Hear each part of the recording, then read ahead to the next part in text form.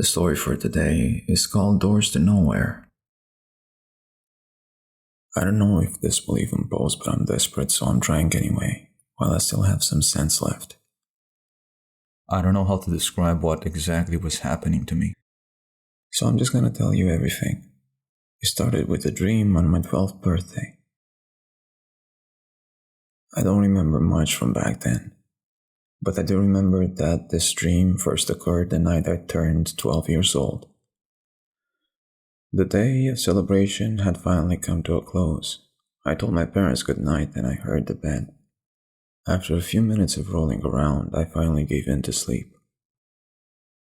That's when I opened my eyes to find myself in a room tucked under my sheets. I assumed that I just woke up in the middle of the night. I got up and began making my way to the bathroom because my bladder was about to burst. I stepped out into the hallway and was taken back for a moment. It had the appearance of my house, but wasn't. There were doors all throughout the hallway, which was definitely a little longer than it should have been. My home at the time had 4 doors in the hall of my bedroom. I was seeing at least 15 now. I don't know why this didn't bother me. I didn't really have much control at the time because I had no idea I was dreaming, so I just went along with everything. That's just how dreams are sometimes. You don't register what's going on until after. My bathroom was always at the end of the hall, so I just set off and made my way to it. I finally reached my destination and stuck my hand out to grab the doorknob. The handle was surprisingly cold, like it had been left outside during a winter storm. I pulled it open anyway and found myself face to face with nothing. Where my bathroom was supposed to be now just was an endless void. I stood there for a moment completely dumbfounded. That's when I woke up, relieved that what just happened was just a dream. This was where my dreams of doors that led to nowhere began. Around 6 months passed, and I had long forgotten the dream. During that time, I had more important things to focus on, like recess, video games, and hanging out with my friends. A little dream had no place in my mind compared to the busy schedule. That's until it happened again. It started out just like the last. I woke up in the same spot where I went to sleep and made my way out into the hall. I opened my bedroom door and was back to the same scene as before. What laid ahead this time was my outstretched hallway that now had about 10 extra doors attached. I repeated the same action as the last time and walked all the way to the end to reach for what I assumed was the bathroom doorknob and turned. I was greeted with more of this endless void. I woke up. You know when you get that sense of falling and your whole body jerks back? That's basically what happened. I remember sitting there for a few minutes reliving what just transpired, when I remembered that I had the same exact dream before. I didn't really think much of it. Honestly, I thought it was cool at the time because that was the first time I've ever had that dream occur twice. This continued for a few years. The dream had no specific pattern. Sometimes I would have them a few days apart, while other times it would be months before I had the dream again. There were only 2 things that always stayed the same. One was that the only door I could actually walk back into was my bedroom. The second thing was that the dream only ever took place in my family home. The environment always stayed the same. That was until one night at my friend Chris's house. Me and Chris became friends in the 6th grade. That year we were assigned seats next to each other, and the rest is pretty much history. You know how it is. When you're that young, you will make friends with anyone. Well, now we were both in 10th grade, and it was the weekend, and he invited me over to play a video game that he just got. We were both really excited about it and spent the whole day and most of the night working through all the levels of the game. Next thing I know, it's 2 a.m. and I'm exhausted, so I told him I was ready to pass out. I was gonna be over most of the day tomorrow anyway, so we could finish it then. I laid down on the makeshift bed we crafted out of blankets and pillows. Not long after laying down, I drifted off. I came to on the custom mattress I was on and sat up for a second, wiping the sleep out of my eyes. I looked around but noticed Chris wasn't in the room, so I got up to see where he had gone. I went to the door, placing my hand on the doorknob, and a chill made its way down my spine. I shrugged it off and pulled the door ajar. What was before me was similar but also different. It was the hallway outside of Chris's room, except now there were extra doors that weren't there before. Something grabbed my attention. The door farthest from me had what looked to be a silhouette of a person leaning out from behind it. I could only see from about the torso up, but I without a doubt knew that it was a person. I couldn't tell you if it was Chris or not though. Chris, what are you still doing up? Couldn't put the game down, huh? I called out. There wasn't a response. What I thought was Chris was still hanging halfway out the doorway, and I could feel it staring dead at me. This unnerved me a little, but I began making my way over to him anyway. That's when it began waving at me. I stopped dead in my tracks. Taking in my surroundings a little better this time, the realization sank deep into my gut. I was dreaming. As if the person knew the realization I just made, it lowered its hand and went for the door, slamming it with a force that echoed throughout the entirety of the place. I ran over to the door and swung it open. There was nothing there, just a dark spot devoid of everything. I jolted awake, breathing as if I just finished a marathon. It was dark outside. I stood up and looked around. Chris was right there sleeping on his bed. I breathed a sigh of relief. This was the first time I had ever had a dream anywhere except my own home. It was also the first time that I have seen something besides the hallways and doors.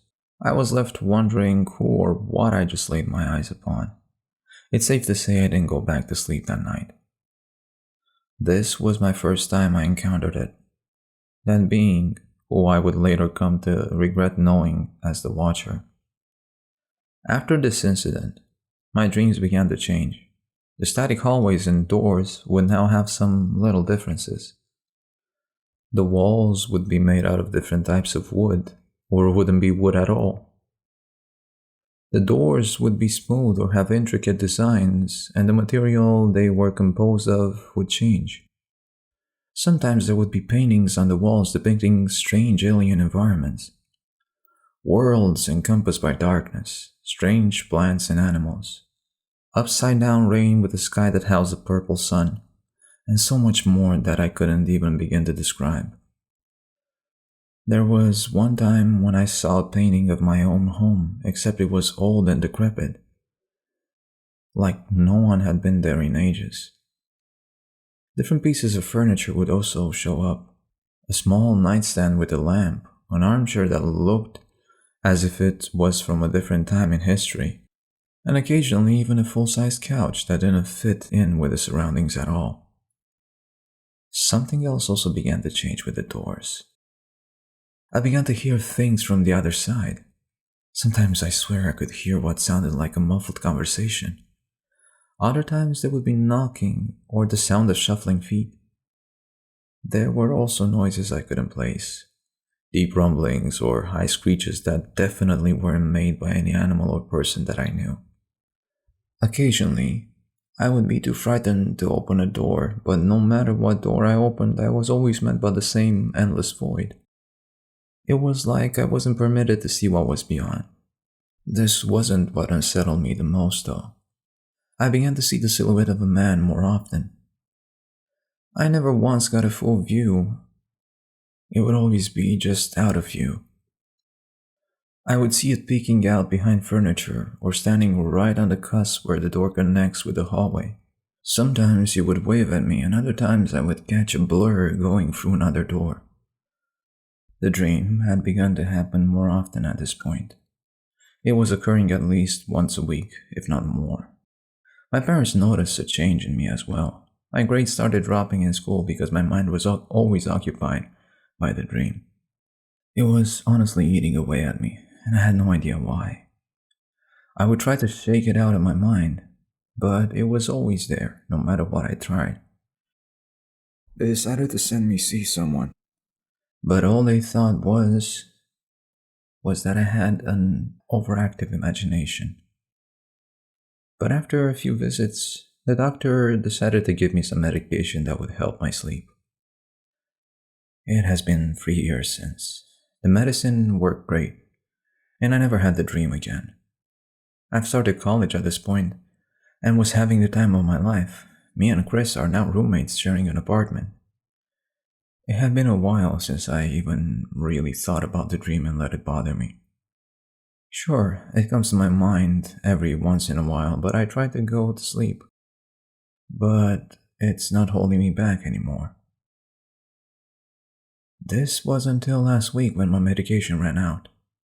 My doctor thought that I had progressed enough to be taken off of it. I was a little worried at first, but I truly believed that I was past all of it. The first few nights were good, with no dreams, just nice, peaceful sleep. Then the night that wasn't peaceful came. I went to bed as usual, putting my phone on the charger, and making sure I had the alarm set so I wouldn't miss my 8 a.m. class the next morning, and with that I was off to sleep. I came to in my bed and believed that I had just woken up in the middle of the night. Even with this though, something didn't sit right with me. So I got up to go grab a glass of water. I reached my hand out and pulled my door open and almost lost my composure. It was the hallway of my apartment, except now there was only one door at the end of the hall. I knew that there should have been 3 doors. I could feel all the color drain out of my face as I swallowed hard. It felt like my heart was gonna jump out of my chest. I was back in the dream I used to have. I knew the only way to wake up would be to open a door. Why was there only one door this time? I had never seen only one door. I knew that I need to, but I couldn't make myself move. I was frozen. I reached and slapped myself hard to snap myself out of it. I reminded myself that I was dreaming. Nothing real can happen to me. With that, I somehow mustered the nerve to begin walking. I swear the hallway seemed twice as long as it normally was. The length often changed to acclimate to the number of doors, but this time it seemed to go on and on as I walked. Finally, I closed in on the door. With sweat beading on my face, I let out a heavy sigh and reached for the handle. I stopped just before I grabbed it, as something caught my attention. I realized I could hear breathing coming from the other side. Deep, raspy breaths that seemed to shake the door itself. You have heard things like this before. Just open the door so you can wake up. I remember thinking to myself. That's when I grabbed and tore the door open. It was the same as always, a dark abyss. The only problem was that I hadn't woken up yet. It never took this long. Wake up! Wake up! Wake up! I yelled into the void. That's when I noticed it. The void now had an outline. It was so faint that it almost blended in perfectly. It was the silhouette of a person. It was whoever I had been seeing before I started taking the medication. And now they were right in front of me. I didn't know what to do. I was just standing there wide-eyed, completely frozen in fear. Before I could even react, an arm darker than I thought possible reached out and grabbed me. I woke up with a sharp gasp drenched in sweat. Dawn was just breaking outside, and it gave my bedroom a light glow. I lifted my arm up to see where whoever grabbed it, and noticed that a gray handprint was now on my forearm. I was terrified. It was just a dream. There was no way it would actually affect me. I got up and rushed to the bathroom. Seeing myself in the mirror was rough to look at. I looked like I hadn't slept in days, and I was grossly sick. The handprint on my arm didn't hurt, but nothing I tried would make it go away. The next course of action was to call my doctor and tell him that I had to go back on the medicine because the dream started up again. At first he was reluctant to agree, but after a little persuading that was more like begging on my end, he relented and agreed. The only problem was that I wouldn't be able to get my prescription filled until tomorrow.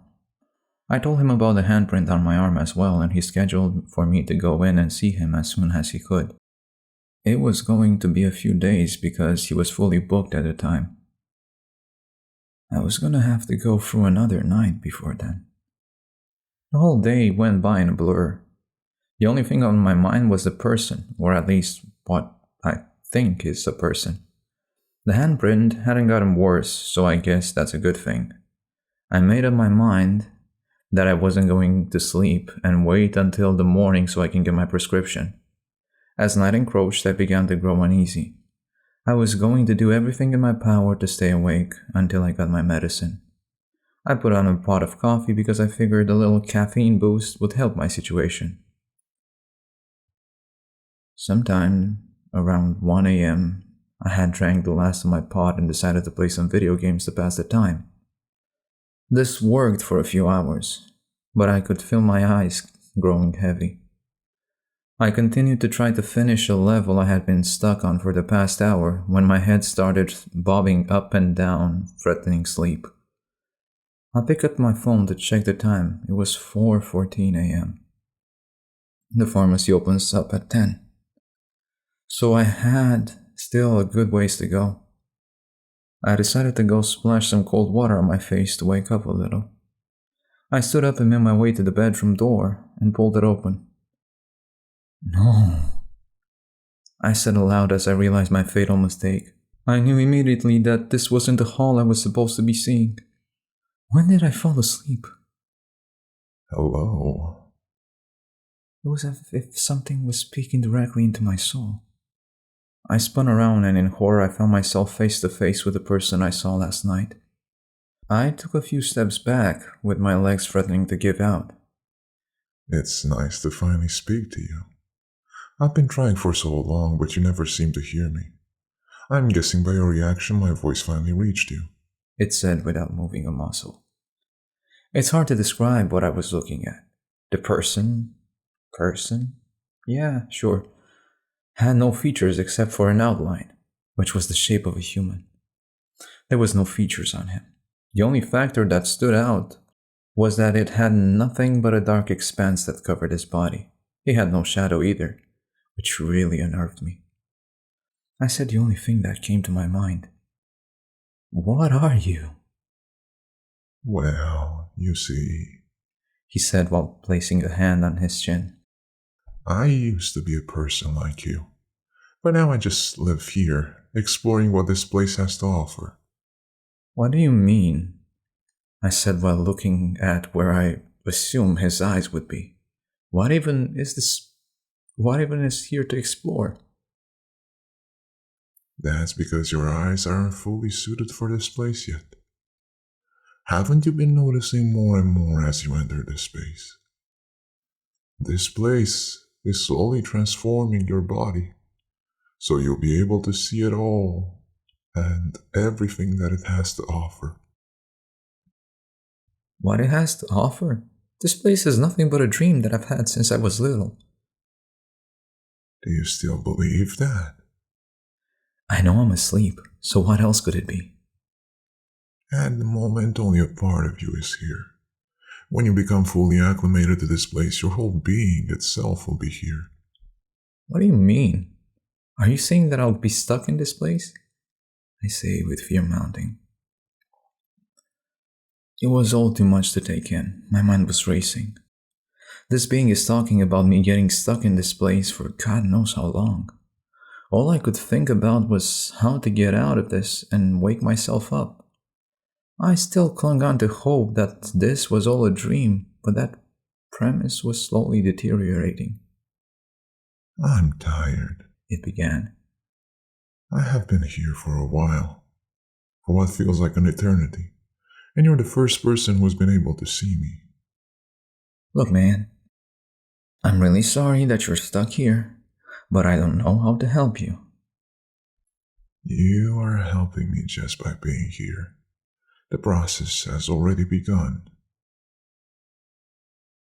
I looked down at the handprint on my arm. The next time you fall asleep, I know I would be free of this place, and you would take over as the new watcher. I can't do this, I shouted.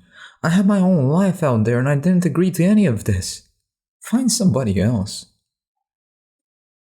But you will. You left your world for the last time when you fell asleep. I turned and in one motion began making a mad dash towards the door. As soon as I got to it, I pulled it with such force I thought I might rip it off the hinges. Now I was free, and I would wake up as soon as I opened it, just like the other times. Thing was, I didn't. It's too late. Your transition is too close to completion. You cannot leave anymore. Please just let me leave. I can't do this, I begged. You should try to make the most of this. Beyond those doors are things you cannot even begin to comprehend. You will see worlds people can only dream of. This will be your duty as the new watcher. I grabbed the stool that was on my left, and with every ounce of force I had, I launched it at the being. It reached out its hand, and the stool froze in place. Next thing I know, the stool starts shaking and then exploded into thousands of tiny splinters. The watcher began to make its way over to me. I stepped back for as long as I could until I was pressed against the wall. Tears were streaming down my face, as I could not accept my situation. I slid down the wall, my knees pressed into my face with my head down. I felt a hand press on my head. You're almost fit to take my place. There is one final thing I must do. Please don't, I said quietly as he grabbed my shoulder and pulled me to my feet. The last part is gonna hurt, it said. And I looked at the being, visibly trembling with fear, trying to come up with anything to relieve me of this nightmare before me. But I came up empty. With that, he drove two of his fingers into my eyes. I will never forget the pain of feeling my eyes burst like balloons. What once helped me see began to pour down my face as I screamed and slumped to the floor. Thank you, the watcher said, and I heard the door shut in the hall. I lay there for what felt like hours clutching my face. After some time, I sat up, still holding my face, and tried to stand. I was feeling my way along the hallway, trying to find the door.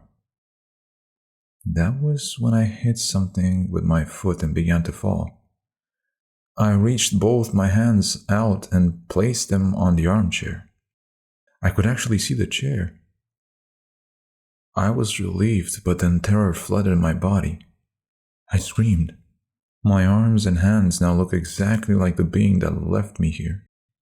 I looked down at the rest of my body and realized that now it had the same pitch black color. No, this can't be me, I said out loud for no one to hear. I looked around at my surroundings and something caught my eye. Some of the doors now had light spilling out through their cracks. I thought that by some miracle I would still wake up in my bed if I opened one, so I made my way over. What I was met with, on the other side, was not a void. It was a world full of desolate mountains, and I saw 4 moons in the sky. I slammed the door shut and made my way over to the couch. I sat down, completely dumbfounded at what I'd just seen. After a few minutes, I got up and decided to go back to my bedroom to try to find a way out there. Luckily, my room was still attached and everything seemed to be working still. I tried to call my parents, the police, and whoever else I could think of, but nothing ever connected. I truly was alone here and had no idea how to get out. Oh, well, I think it's been a few months since then.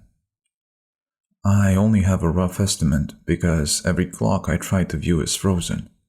The electricity is still on in my room so I can charge my phone when it gets low.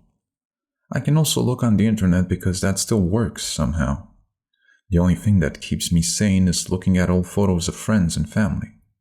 As time progresses, it's helping me less and less. I now spend my days roaming around and going through different floors. The watcher before me wasn't wrong. Some of the worlds truly are amazing. I have seen some that have humans. The only problem is nobody can see me. I have tried everything I can think of to get people's attention, but no matter what I do, no one acknowledges me. I do not know where the watcher before me went. I hadn't seen him anywhere, and believe me, I've been looking. I think my only hope of ever getting out of here is to make someone take my place. I just hope I can do that before this place takes my Sanity away. That brings me to today. I've been typing all of this on my phone in hopes that someone will read it. If you can, just maybe you will be able to see me also. If you have dreams of doors that go nowhere, I will find you. it's only a matter of Time I hope. to see you soon. The end. This has been Gray Stories. I hope you liked them.